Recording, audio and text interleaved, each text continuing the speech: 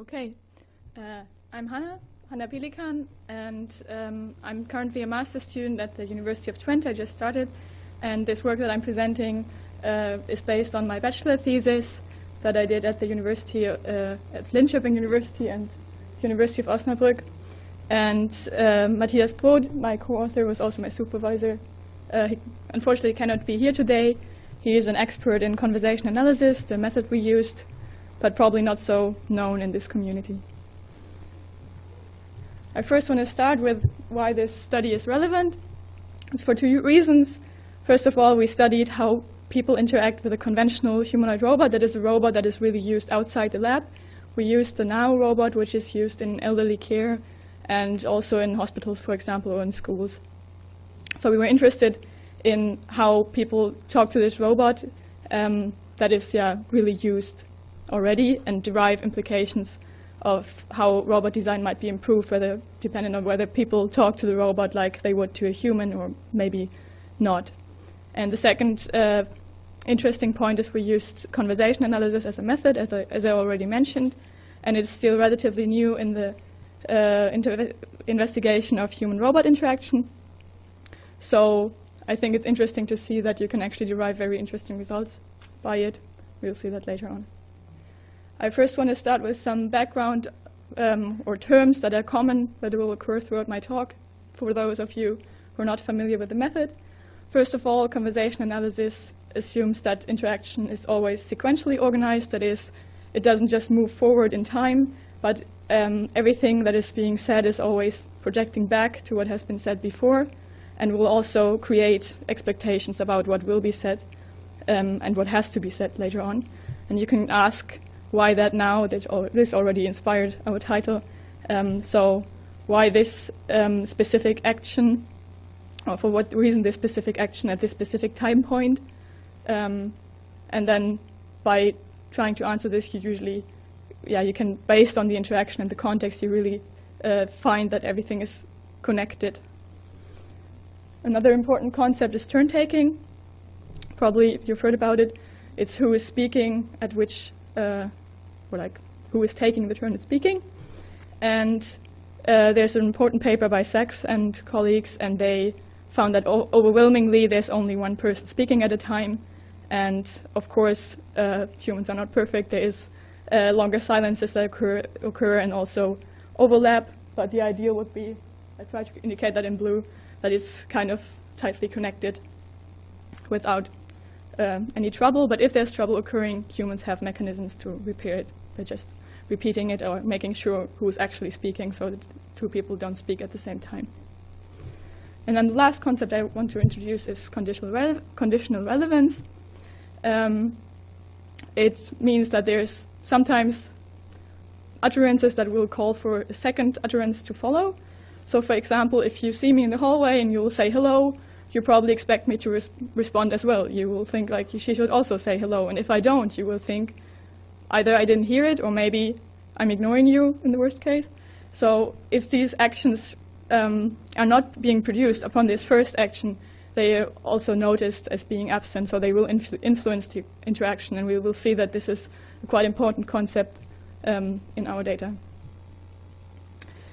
Very briefly on what conversation analysis does on human-machine interaction. There's really important work by Lucy Suchman, of course, that we are citing in our paper. She pointed out that also in human-machine interaction there can be actions that are conditionally relevant, and there's also repair techniques that humans use. And then another study I briefly want to mention by Wufid and his colleagues is about, it was a Wizard of Oz study, and they found that if humans think that they're talking to a computer or a machine, that they will change and adapt their turn-taking behavior and accept longer silences.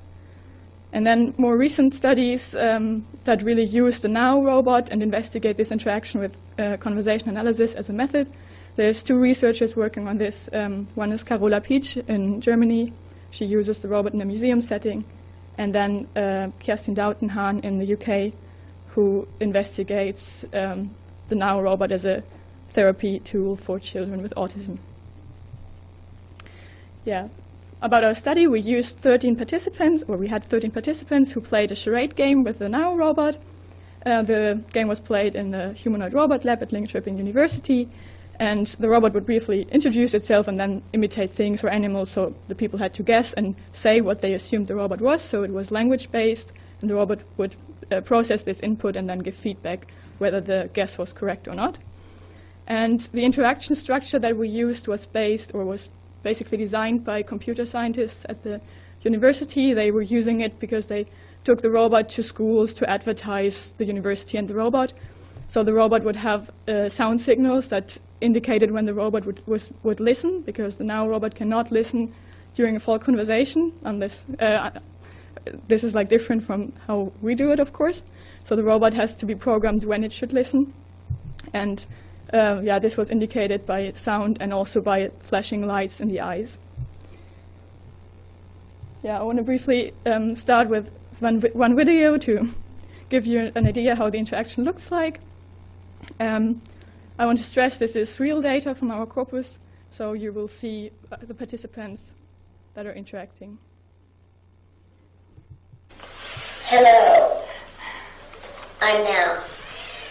I'm a robot and I'm 4 years old. I come from France. What's your name? Hi, I'm Anna. I'm from the U.S. Nice to meet you, Anna. Nice to meet you. I love games. So this is how it looks like. We saw already she also says hi to the robot, and although the robot didn't ask for it, she says where she's from, which is interesting. We'll go a bit more into detail about the beginning of the interaction. Here we have a participant who also greets the robot back, and interestingly, he says his name, although he isn't asked for it yet. And as I said before, the robot only listens when he was programmed to, so in this case, the robot doesn't hear the name and will ask again. Oh, sorry.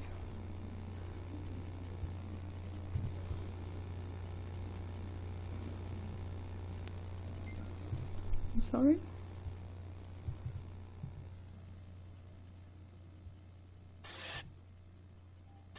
Hello. Hi.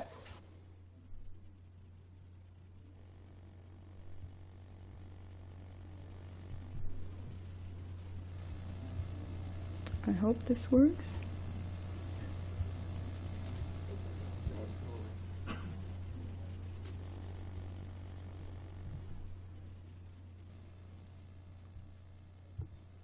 I just tried like this. Hello. Hi.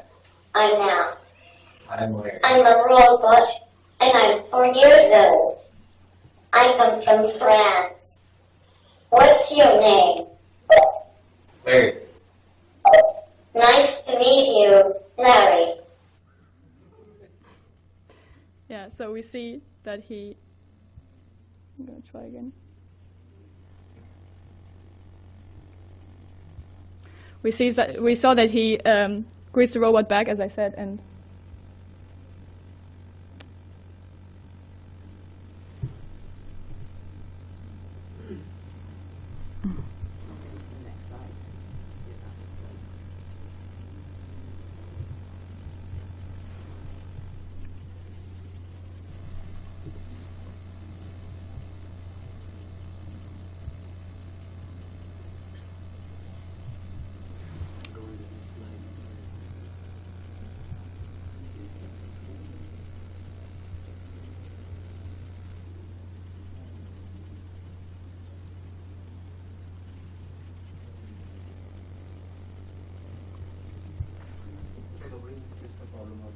was to have it in the presenter mode, but now take the dongle out and plug it back in. That might help. That's what he did last time, so that might help. Let's see. Give it a minute.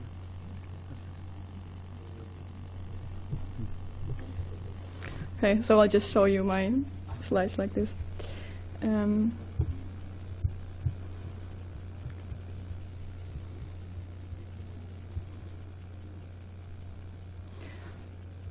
So we see here a brief transcript of how we do this with the method. So there's line numbers and the names of the participant. And I just want to stress again that we see here that when he says, I'm Gary, and we're using pseudonyms here, for the first time, it's occurring in overlap with the robot saying, I'm a robot. So even if the robot would have listened here, maybe he wouldn't even heard it because it's overlapping with the own turn. And then when he produces it again, he says his name really fast. So he's really aware of the fact that this is not how it should be. Then I have an example of how people adapt to the robot, how it happens during the interaction. And we will see how this participant tries to say his name as well, and the robot doesn't understand him. So he has to try 3 times, and the second time he just stresses his name again in the sentence, and then the third time he realizes it doesn't work. He shortens down his whole utterance to one single word. I'll just play it so you can see it. What's your name? My name is Tony. What's your name? My name is Tony. What's your name? Tony. Nice to meet you, Tony. So we see he's really trying until it works and makes it work by adapting in the right way. And then, as a next example, we'll see how the interaction changes towards the end. Participants are really well adapted. They know what the robot can understand and what it can't. So we'll see this participant who makes a guess. The robot was imitating a flute, and she's trying to make the guess now. But then the robot doesn't hear it because she says it too early. It's overlapping with the robot's speech. And the robot will ask, and we will see in that turn that she really knows well. Yeah, she produces a short utterance. She says it really clear. She uses a very simple word. She says yes instead of anything like sure or something that other participants would do in the beginning, and realize that the robot is not able to understand it. So this is basically what stays difficult, and we'll just watch What it. am I? A flute? A flute? I understood flute. Is that correct? Yes. Yes. Congratulations. Thank you. Here is another one.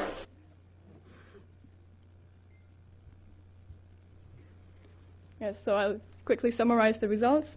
Early in the interaction, the participants display what they think about the robot, what it can do, and 10 out of our 13 participants produced these return greetings, which I think is a really strong orientation to this conditional relevance, saying if the robot greets me, I have to greet it back, even if the robot in this case didn't do anything with it. The robot didn't listen for it, so couldn't respond in any way. And then during the interaction, we observed that all participants adapt in a way that is suitable for the robot. So they will use simple words, as I said, changing from sure or maybe of course to simple words, the simplest form yes. They will produce short turns. Some of them did that already in the beginning. Others really had to learn that they cannot tell almost like a story to the robot, but they really have to say what the robot can understand, which is short phrases maximum. And they are marking the information that's relevant prosodically, so they will really clearly stress the word that is the information the robot is listening for. And some participants also had to speak up. They had to learn that the robot doesn't really understand you when you speak too silent. And we think that the concept of recipient design, which is extensively studied in human-human interaction, is really helpful here. We all adapt to the other that we are talking to. It's also known as audience design, for example. So I think this really helps our participants to adapt to this limited conversational partner. And then in the end, all participants managed to finish the interaction. We saw there is some trouble occurring. I showed the examples that were not going so well because they are the most interesting ones. We also had participants who just kind of rushed smoothly through the interaction. And this is really interesting because they were all new to interacting with the robot and still made it work. But we observed that turn-taking, as we saw with this participant here, stayed difficult. So a lot of participants were speaking too early and then having to repeat it because the robot just didn't do anything, stayed silent, and then sometimes it still wouldn't process the information, so that was really difficult. And we looked a bit more into this. So there's some researchers saying that transparency is really important here. If the capabilities of the system are transparent to the user, they can adapt. if they are not transparent, it's much harder to know what's actually going on. So we conclude that the turn-taking turn-taking system that the robot applied here is obviously not sufficiently transparent.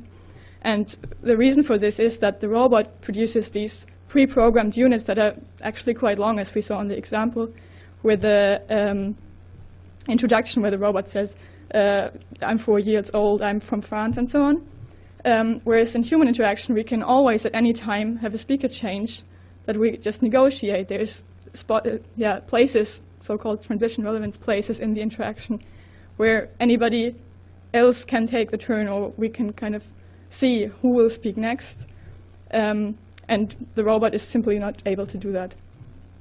So here's some suggestions how we could improve the turn taking. First of all, the sound signals are not useful. I think this might be obvious, or it wasn't really a good idea. So this resembles more interaction where the human just determines when they should speak, kind of with these push-to-talk interfaces where there's sound. So this is not really working well. But the most important thing is we would introduce more listening components so that the robot would listen at more spots in the interaction. So then also the robot's utterances would become much shorter, which would also indicate that the robot can only understand short utterances. And where would we introduce these listening components? We would introduce them there where in human interaction conditional relevance would play a role. So we would let the robot produce a first pair part of these so-called adjacency pairs is the term, and then hope or wait for the human to add this second part. And if it's not produced, as we see in the example, then we can still ask explicitly, what's your name? But if a participant, for example here, already says the name, then we don't need to explicitly ask for it, but can just proceed with the information. And this can be applied throughout the interaction. So we suggest that we should study more or look into the literature that is there, which is extensive, about how humans interact and which kind of utterances we take as producing this conditional relevance to ask for more information. And then based on this, design the robot. So to sum up, humans are very skilled in adapting, which is nice, as long as the system is transparent enough. So we saw that they really adapted their turn design very fast and made it suitable for the robot. So this suggests that maybe having an extensive vocabulary is maybe not so important, or having the robot to understand very long sentences is much more pressing to address turn taking, because this is really not working well. And it's also a major challenge for other dialogue systems. And we suggest that conditional relevance could be useful to address this. And then last but not least, I would like to stress that conversation analysis is very useful to investigate this. Thank you, and welcome to questions.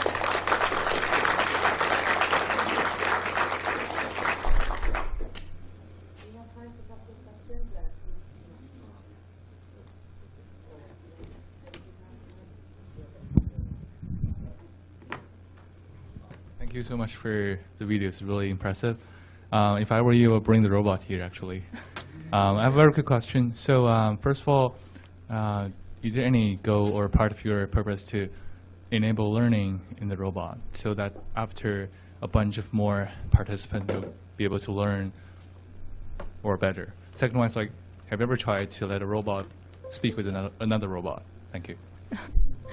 To address the first question, no, we didn't use any learning algorithm. I know there's papers doing that, but we were interested more in getting a general picture. So although this is a qualitative method that really studies the cases, we do compare them all. As I said, all of them do this most of them do these return greetings. So we did not want to have the robot actually evolve to just have like a broad picture, but that would be really interesting, of course. And then the second question. Yeah, I think that could be interesting. I'm not sure whether it works. I haven't tried, but I think there's maybe some YouTube videos out there. So I think it's possible, but not as well as it doesn't work as well as with Siri. Yeah. Great presentation, Chris Crawford, University of Florida. You may have mentioned this earlier, but in some of the examples you shown, the users were clearly just talking without even waiting for some of the visual and audio cues. did they know that they now produced cues before it listened, or what? Did you guys just throw them in without like telling them that? Yeah, we actually didn't introduce them to any of these technical instructions. We just said you will interact with the robot, just behave normal. The robot would start the interaction, it was seated, and then would get up and say hello. So this is really the beginning. And we were actually interested to see whether they would take that into account. And I think one or two mentioned that they saw that something was going on with these sounds. But if you look at it, you really see that they just talk while the sound is still going on. So. And with the eyes, too, did you guys let the eyes turn blue as well? Yeah, the eyes were flashing. Unfortunately, it's really hard to see on the screen. Okay. But yeah. All right, great. We deal with that issue a lot. So okay. Great work. One very quick question, if you can. Of course. Hi. Oh, yeah, so quick. So I'm curious with turn taking.